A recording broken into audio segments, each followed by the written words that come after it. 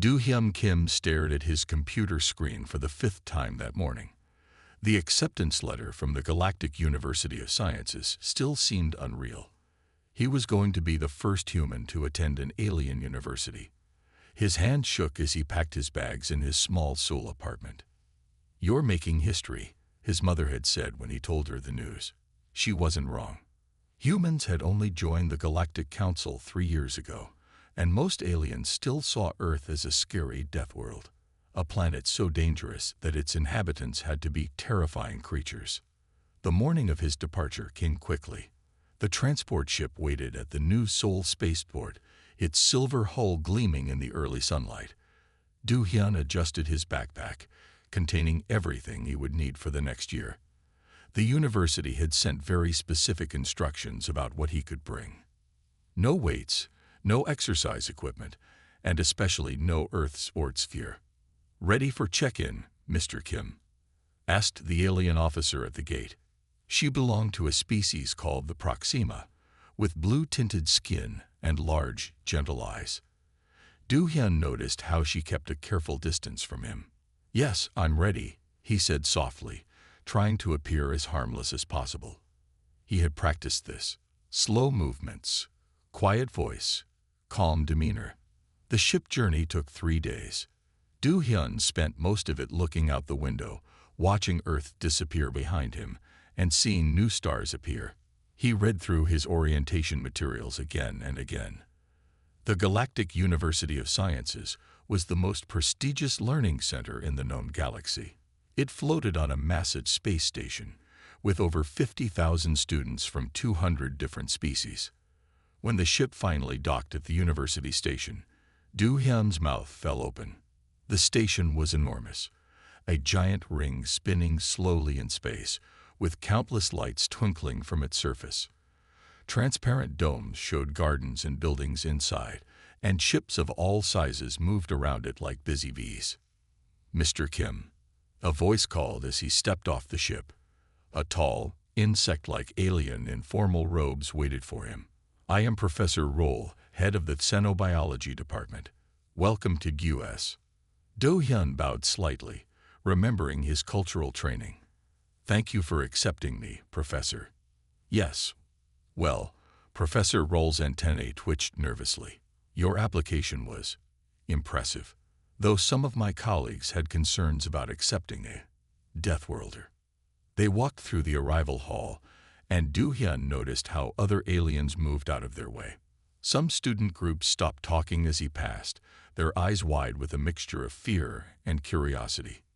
"Your quarters have been specially prepared," Professor Roll continued. "We've reinforced the furniture to handle your Earth standard strength, and please remember to use the special heavy gravity paths marked in blue when walking around campus." Do-hyun nodded, though he couldn't help but smile a little. He wasn't very strong by Earth standards. He hadn't even played sports in high school.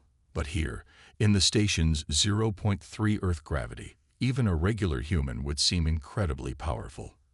They reached his new room, and Professor Roll quickly explained the basics: how to use the alien bathroom, how to order food, and most importantly, how to call for help if needed. Though Do-hyun suspected the help would be more for others than for him. "Classes start tomorrow," Professor Roll said, moving toward the door. "Do try to stay calm and controlled. We've never had a human student before." After the professor left, Do-hyun sat on his reinforced bed and looked out his window at the stars. A group of alien students walked past his room, whispering and pointing. He heard one of them say, "That's the Deathworlder's room." Do-hyun sighed and smiled. This would be an interesting year. He picked up his orientation tablet and started reading about his first class, Introduction to Galactic Biology. The course description mentioned studying life forms from standard gravity worlds. He wondered what his classmates would think when they learned about Earth's animals.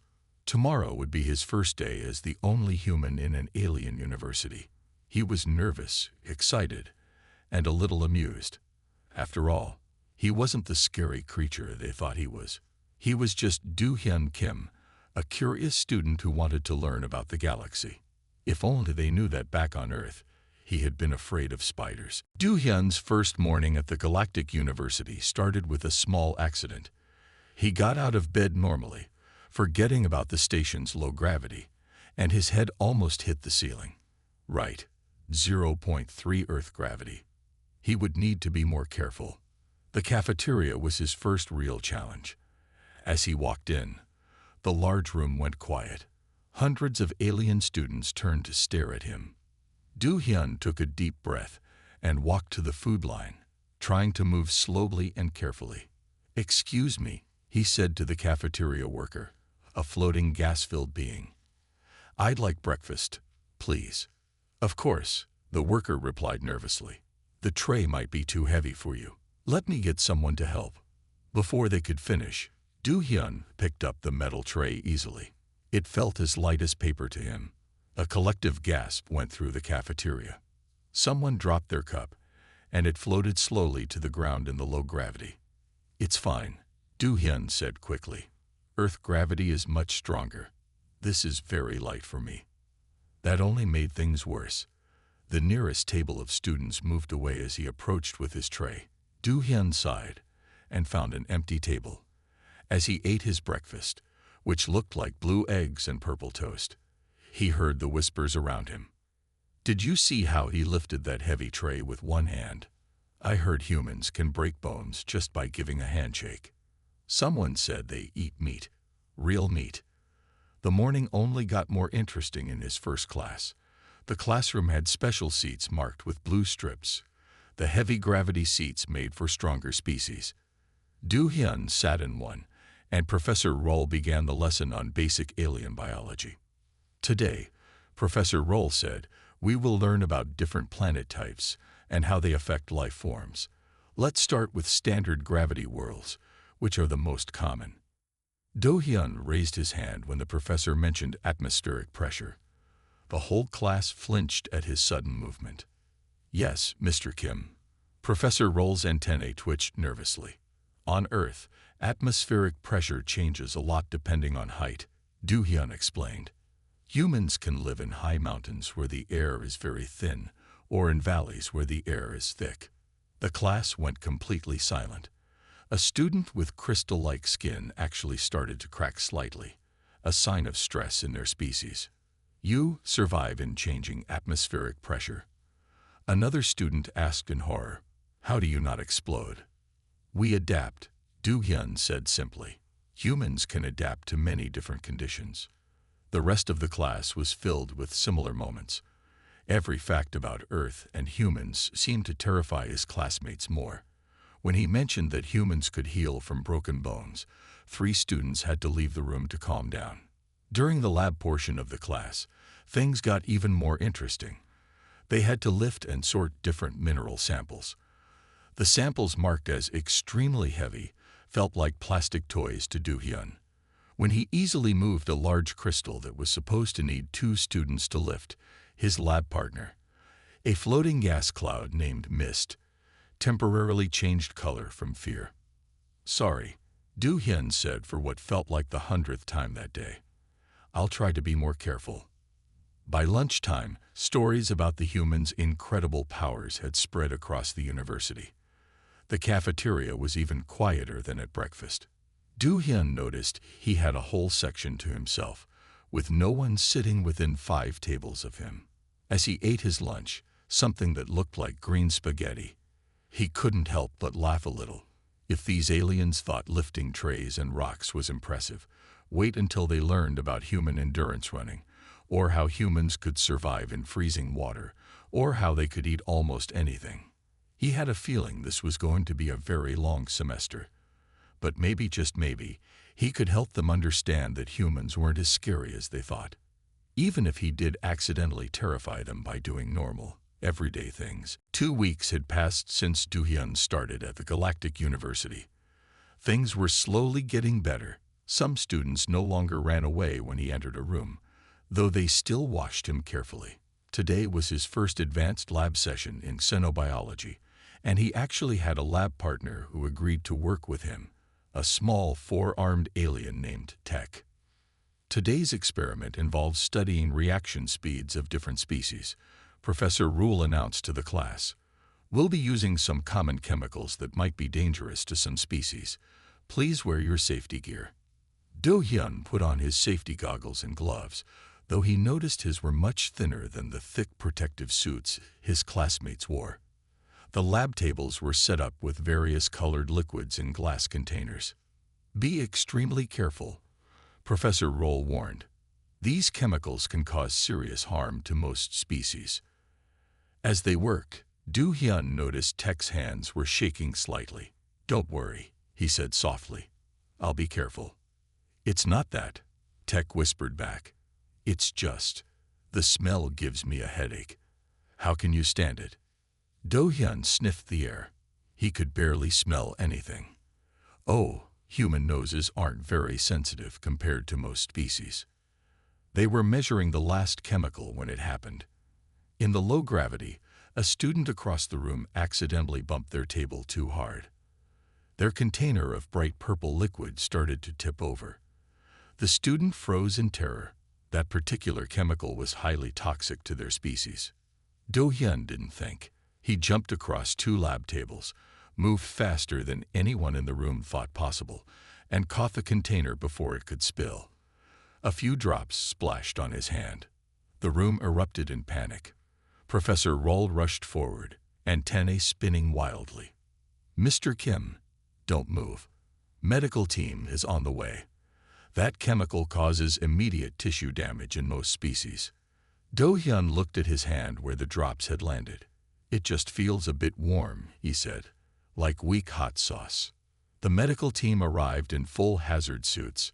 They stopped short when they saw Do-hyun calmly wiping his hand with a tissue. I'm fine, he assured them.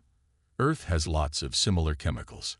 Humans have pretty good resistance to most acids and toxins. Impossible, one of the medical team members said.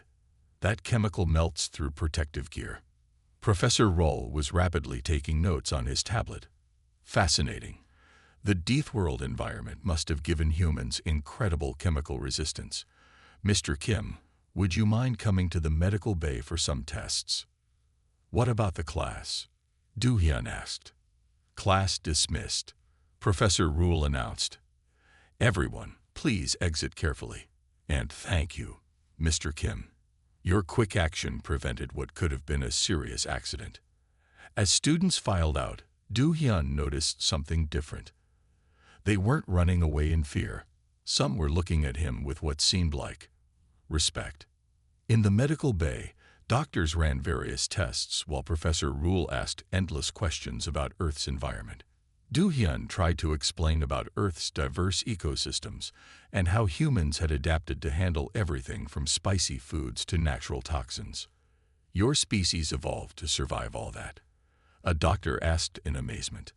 Well, yes, Do-hyun said. Earth has many dangerous things. We had to adapt. By evening, videos of the lab incident had spread across the university's social network. Do-hyun saw himself jumping across the tables in slow motion, with excited comments below. Did you see how fast he moved in 0.3 G? He touched the purple acid and didn't melt. Humans are scary, but maybe that's not always bad. Back in his room, Do-hyun smiled as he messaged his mother about his day. He'd finally shown his classmates that being a Deathworlder wasn't just about being strong or scary. Sometimes, it meant being able to help others. His computer pinged with a new message. It was from Tech. Thanks for saving our class today. Want to have lunch tomorrow? I'd like to learn more about Earth. Maybe things were finally starting to change. A month had passed since the lab incident, and life at the Galactic University had changed dramatically for Do-hyun. He now had regular lunch meetings with Tech and 3 other alien students who were curious about Earth. Today, they sat in the cafeteria watching Do-hyun eat something that looked like blue noodles. So humans really eat 3 times every day? Asked Lumi, a glowing student made of pure energy. That seems like so much work. Some eat more than that, Do-hyun said, smiling as his alien friends showed their usual mix of horror and fascination. We burn energy quickly because our bodies are always working. Is that why you're doing so well in physical xenobiology? Tech asked, using all four arms to take notes. You got the highest score in yesterday's practical exam. Do-hyun nodded. The exam had been about moving through different gravity environments. What was challenging for other species was normal for humans, who dealt with changing forces on Earth all the time. Professor Roll wants to see you, said Mist, the gas cloud student who had once changed color from fear but now floated comfortably near Do-hyun. Something about a special project. In Professor Roll's office, Do-hyun found the teacher excitedly moving data cards around with his antennae. Ah, Mr. Kim, your latest test results are remarkable. Your understanding of how different species adapt to their environments is exceptional. Thank you, Professor, Do-hyun said. Living on Earth helps. We have so many different environments and creatures there. Exactly. Professor Roll's antennae wiggled happily. That's why I want you to lead the next xenobiology project. Your Earth perspective could give us new insights. Do-hyun blinked in surprise. Leading a project was usually reserved for senior students. Are you sure? Very sure. Your practical knowledge is invaluable. For example, your explanation of how humans use tools to overcome their limitations helped many students understand adaptation better. The next day, Do-hyun stood in front of his xenobiology class. Many students who had once feared him now watched with interest as he explained his project idea. We'll study how different species solve similar problems, he said. On Earth, birds, insects, and flying mammals all develop different ways to fly. I bet we'll find similar patterns across galaxy species. The class was surprisingly excited. Students raised their hands, or tentacles or light signals, to join his project team. Do-hyun ended up with a diverse group of 8 students from different species. During their first project meeting, something funny happened. The team needed to move some heavy equipment. Before Do-hyun could offer to help, his teammates worked together to lift it. We may not be as strong as a human, Tech said proudly, but we can work together. Do-hyun felt warmth in his chest. They were learning from him, but he was learning from them too. The project work helped break down more barriers.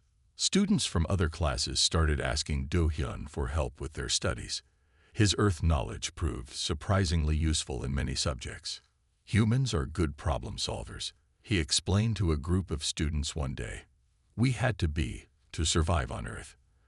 We look at things differently because our world forced us to be creative. Even the university staff changed their view of him. The cafeteria worker, who had once feared giving him a tray, now saved special Earth-like foods for him. The library AI asked for his help in updating their Earth species database. One evening, as Do-hyun worked late in the lab, Professor Roll came to check on him. You've changed things here, the professor said thoughtfully. When you first arrived, everyone saw Earth as just a dangerous death world. Now they're beginning to understand that facing challenges can make a species stronger and smarter. Do-hyun smiled. Humans aren't special because we're strong or tough. We're special because we never stop trying to learn and improve. Professor Roll's antennae moved in what Do-hyun now recognized as a sign of respect. Perhaps that's the most valuable lesson you've taught us all. Do-hyun stared at the colorful poster on the university's main message board. Annual Interspecies Sports Competition. It read in glowing letters. Tech stood next to him, all 4 arms holding registration forms. You should join, Tech said excitedly. The whole university is talking about it. Everyone wants to see what a human can do in the games. I don't know, Do-hyun replied. I was never very athletic on Earth. I might disappoint everyone. Professor Roll appeared behind them, making them both jump a little. Mr. Kim, even an average human's physical capabilities are remarkable here. And I have more news. Another human student is arriving tomorrow. Hae-Nu Lee will be joining our department. Do-hyun's eyes widened. Another human. After 3 months of being the only one, this would be interesting. The next morning, Do-hyun waited at the arrival dock. The transport ship docked smoothly, and out stepped a young woman in a standard Earth spacesuit. Hae-Nul looked around with wide eyes, then smiled when she saw Do-hyun. "Finally, another human," she said in Korean. "This place is amazing." Hae-Nul, unlike Do-hyun, had been an athlete on Earth. She played basketball and ran track. When she heard about the sports competition, she immediately signed up. "Come on," she told Do-hyun. "We have to show them what humans can do. Even if you're not an athlete, you're still stronger than you think in this gravity." The day of the competition arrived. The university's main hall had been transformed into a huge sports arena. Different gravity zones were set up for different species. Do-hyun and Hae-Nul were assigned to the high-gravity species section. The first event was simple, a race across the hall. Hae-Nul took her position at the starting line. When the signal came, she ran. In the low gravity, each of her steps carried her far. She finished the race in record time, breaking the previous record by several seconds. That was amazing. Tech cheered from the stands. Other aliens watched in fascination. Do-hyun's first event was the lifting competition. He had to move heavy objects from one platform to another. What the aliens considered extremely heavy felt like moving empty boxes to him. He set another record without even trying hard. Incredible, Professor Rule announced. 2 new university records in one day. But the most impressive moment came during the team events. Hae-Nul and Do-hyun joined a mixed species team for a complex relay race. Their teammates included Tech, Mist, and 2 other aliens. During the race, one of their teammates stumbled in the low gravity. Without thinking, Do-hyun caught them with one hand while passing the relay ball to Hae-Nul with the other. The crowd gasped, not in fear this time, but in amazement. Their team won first place. As they celebrated, Do-hyun realized something had changed. The aliens weren't backing away from him and Hae-Nul. Instead, they were gathering around, asking questions about Earth sports and human abilities. "Is it true humans can run for hours without stopping?" one student asked. "Can you really swim in liquid water?" asked another. "Do all humans heal as fast as you do?" Hae-Nul laughed and answered their questions while Do-hyun watched with a smile. Having another human around made everything feel more normal and helped the aliens see that humans weren't just scary creatures from a death world. Later that evening, during the award ceremony, Administrator Vix announced something unexpected. "Due to today's remarkable performances, we will be creating a new sports training program that takes into account the unique abilities of all species, including our new human friends." Do-hyun and Hae-Nul sat together at the celebration dinner, surrounded by their alien friends. "You know," Hae-Nul said, "when I first heard about this place, I thought it would be hard being around aliens who feared us. But they just needed to understand us better." "That's right," Do-hyun replied, watching Tech try to teach Mist how to hold a human-style sports ball. Fear only lasts until understanding begins. After the success of the sports competition, Do-hyun had an idea. He sat in Professor Roll's office, explaining his research proposal. "I want to study how different species adapt to new environments," he said. "Earth creatures adapt quickly to changes. I think comparing this with other species could help everyone." Professor Roll's antennae moved with interest. "You want to use your experience as a Deathworlder to help understand adaptation. The science board might find this controversial." "That's why I asked Hae-Nul to help," Do-hyun replied. "2 humans with different abilities will give better data. Plus, we have volunteers from 6 other species." The professor thought for a moment. "Very interesting. A study about Deathworld adaptations, led by Deathworlders themselves. Let's do it." They set up the research lab in a special section of the university. Do-hyun and Hae-Nul worked with their team to create safe tests for different environmental conditions. "Today we'll study how different species handle temperature changes," Do-hyun announced to his research team. Tech monitored the equipment while Mist floated nearby, taking notes. They started with cold resistance.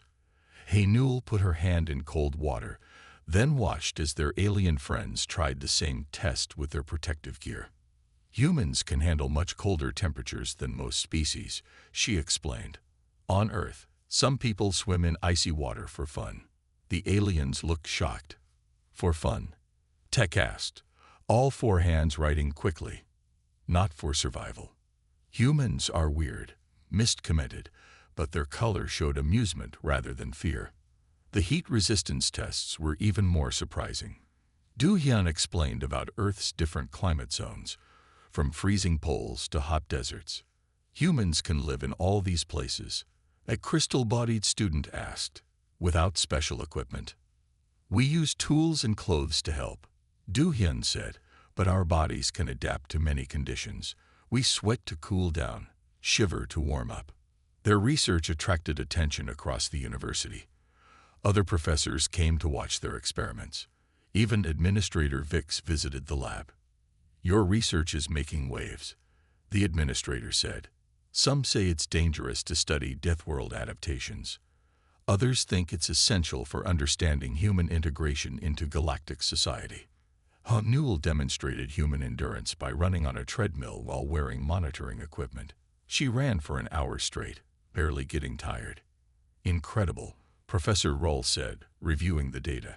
Your species just keeps going. Most species would need rest much sooner.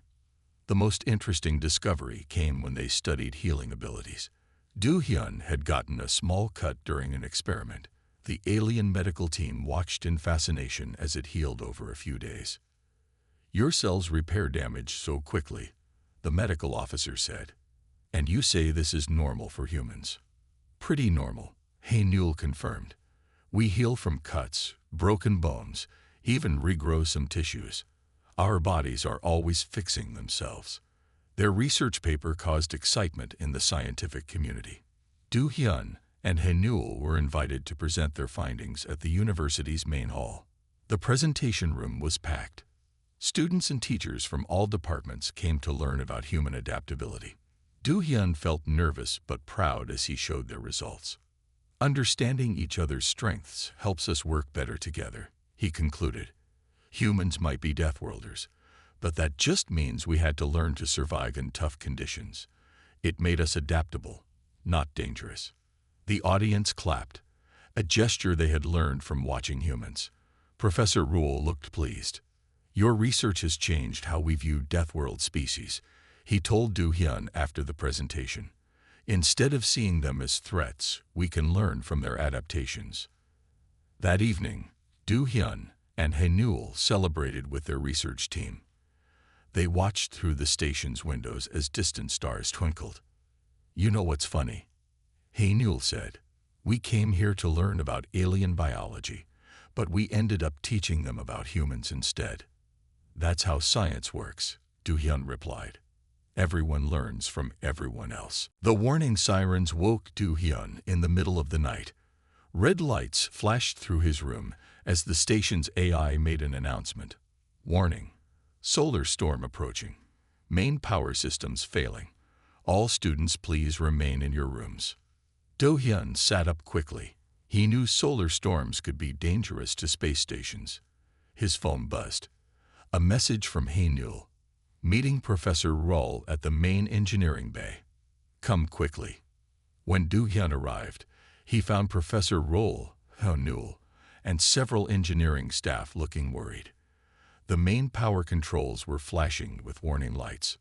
The storm is affecting our main power grid, Professor Rull explained.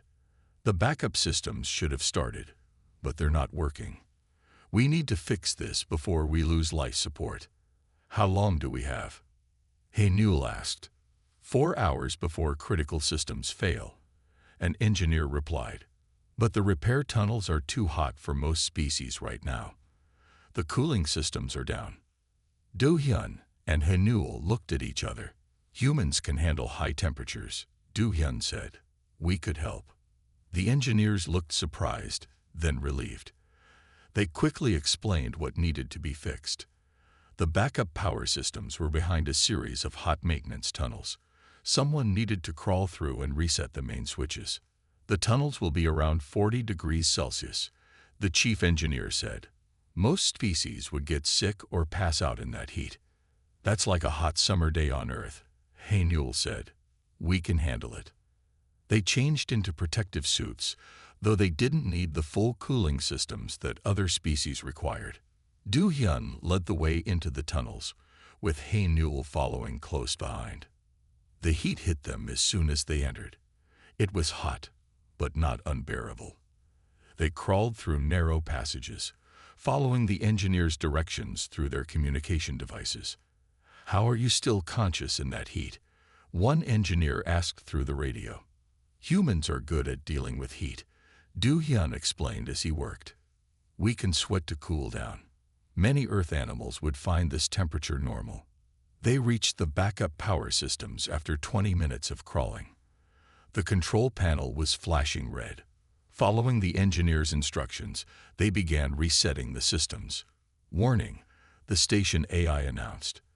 3 hours until critical system failure. "No pressure," Haynul said with a nervous laugh. She wiped sweat from her forehead and kept working. The repair was tricky. They had to coordinate with the engineering team, moving heavy equipment and reconnecting power lines. The work that would have needed 6 regular engineers could be done by 2 humans in the high heat. "Almost there," Du-hyun said, connecting the last power coupling. Haynul hit the reset switch on 3. 1, 2, 3. The lights flickered, then steadied. A low hum filled the station as the backup power systems came online. Cheers came through their radio from the engineering bay. "You did it." Professor Roll's voice crackled through the radio. "The backup systems are working. Life support is stable." Do-hyun and Haynul made their way back through the tunnels. When they emerged, sweaty but smiling, the engineering team looked at them with new respect. "That was amazing," the chief engineer said. "You stayed calm and worked efficiently in conditions that would have killed most species. Humans are used to solving problems under pressure," Haynul explained. "On Earth, we deal with natural disasters all the time. It's not just about being physically strong," Du-hyun added. "Humans are good at staying focused during emergencies. We're trained for it from childhood." Later that day, Administrator Vix called a special assembly.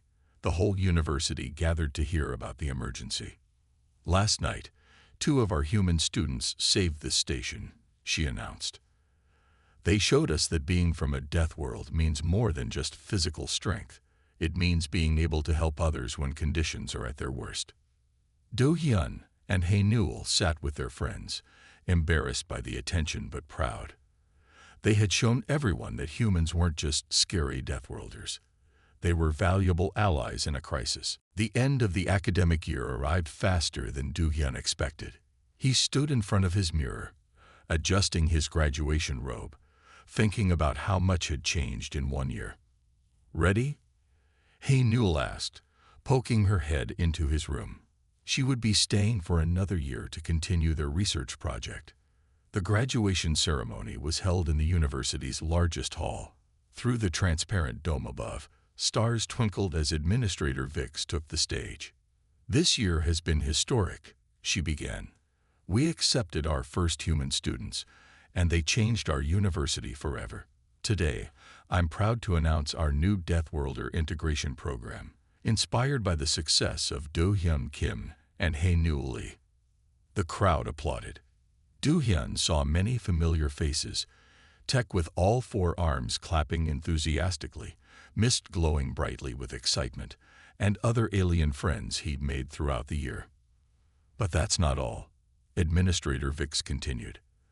"The Science Board has voted to offer Do-hyun Kim a position as a teaching assistant in our xenobiology department. His unique perspective as a Deathworlder has proven invaluable." Do-hyun's eyes widened in surprise. Professor Roll's antennae wiggled happily as he handed Do-hyun his diploma.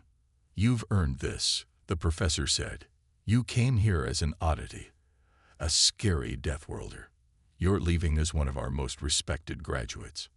After the ceremony, Do-hyun's friends gathered for a celebration. The cafeteria had prepared special Earth-style foods, though some of them were interesting colors. Look, Tech called out, pointing to the arrival dock through the window. A new transport ship was docking. The next group of human students is arriving. Do-hyun watched as 5 young humans stepped onto the station. They looked nervous, just as he had been a year ago. But instead of fear and silence greeting them, they were met with curious and friendly aliens. "Welcome to US," a group of students called out, using the human greeting they'd learned from Do-hyun and Hae-nul. "Hard to believe it's only been a year," Hae-nul said, standing next to Do-hyun. "Remember how everyone used to run away from you?" Do-hyun laughed. "Now they're asking for human exercise tips and trying to learn Earth sports." The new human students were looking around in amazement as alien students helped them with their bags. The fear that had once filled the halls was gone, replaced by genuine interest and friendship. Later that evening, Do-hyun packed up his old room. He would be moving to the staff quarters soon to prepare for his new teaching role. His phone buzzed with a message from his mother. "So proud of you. You didn't just study at an alien university. You helped build bridges between worlds." As he walked to his new quarters, he passed the university's main message board. Next to the old warning, "Deathworlder present" sign, now kept as a historical joke, was a new announcement. "Sign up for human cultural exchange classes. Learn about Earth's amazing diversity." In the teaching staff lounge, Professor Roll shared his plans for the next year. "We're expanding the xenobiology program to include more Earth studies. Your research on human adaptability has opened up whole new fields of study." "What exactly will I be teaching?" Do-hyun asked. "Everything," the professor replied. "How humans adapt, how we can learn from each other, how different species can work together. You and Hae-nul prove that being different isn't something to fear, it's something to celebrate." Do-hyun looked out the window at the endless stars. Somewhere out there, more humans were preparing to join the galactic community. Thanks to his year at the university, they wouldn't be met with fear. "Ready for your first class tomorrow?" Hae-nul asked, joining him at the window. "Ready," Do-hyun replied.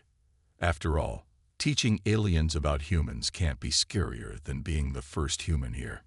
Together, they watched as another transport ship approached the station.